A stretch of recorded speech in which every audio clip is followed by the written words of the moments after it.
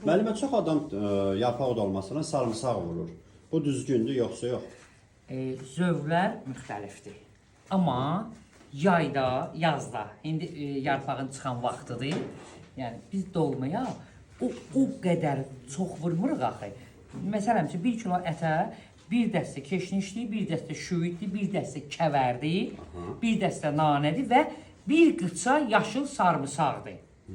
Yəni balaca boyda vururuq ki, yaz abu havası, həm də sarımsaq özünüz bilirsiniz ki, xeyirli bitkidir də, yəni mədə bağırsağa çox xeyri var.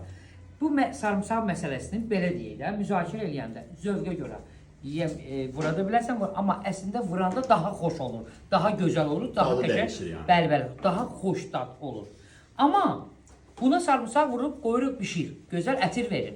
Amma Gürcü xəngəlində çox müzakirə edirlər. Orijinal Gürcü xəngəlinin ətinin içində sarımsaq olmur. Xeyr, sarımsaq, deməli, ətə sarımsaq vururuq, sunan olan ətin içində, xəngəlin içində.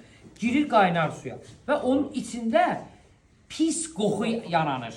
O başlayır qaynar suya qaynayır, pis qoxu yaranır. Biz onu tişlədikdə o pis qoxu verir. Yəni orada çox müzakirə edirlər. Onu bilsinlər və yəni yaddaşın. Yox sarımsaq, ximelli sunelli vurulur zövqə görə. Özü ximelli sunelli yox, zirə vurulur.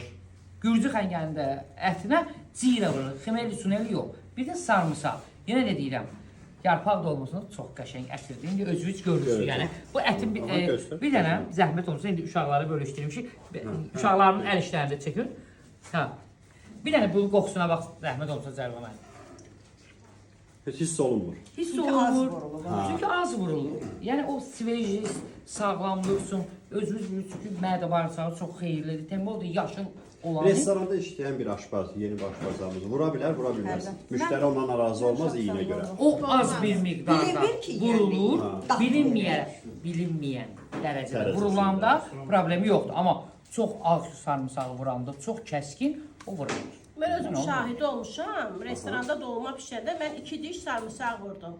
Düzdür, dolmada bilinmədi, ancaq ona gözəl təravət verdi, gözəl ətri verdi. Heç kim hiss eləmədi, ancaq gözəl bir ətri verdi, onu heç kim tuta bilmədi. Bir də çox ləzzətlidir, bilmədən sarımsaq vurulur. Təşəkkür edirəm müəllimə, minnətdarım. Bir də bişirəndə dolmanın dədə-baba qaydası ilə o sümük deyirik, quzunun sümüklərindən, tikələrindən o qabın qazanın altına yığırıq və dolmaları onun üstünə yığırıq. Kəf eləməsin deyənlər, dolmanı biz qazana yığdıqdan sonra ağzına tarelka qoyuruq, üzərinə soyuq su alırıq, qazanı tərp edirik və o suyu süzürük. Sonra ağzında tarelka var, düşməsin, tökülməsin, qapağı yox, limçə tarelka. Dolma ilə bir yerdə təmaslı olsun, yəni söykən sonra ki, dağılmasın. Sonra tezdən təmiz su alırıq və ərinməmiş kərə yağı.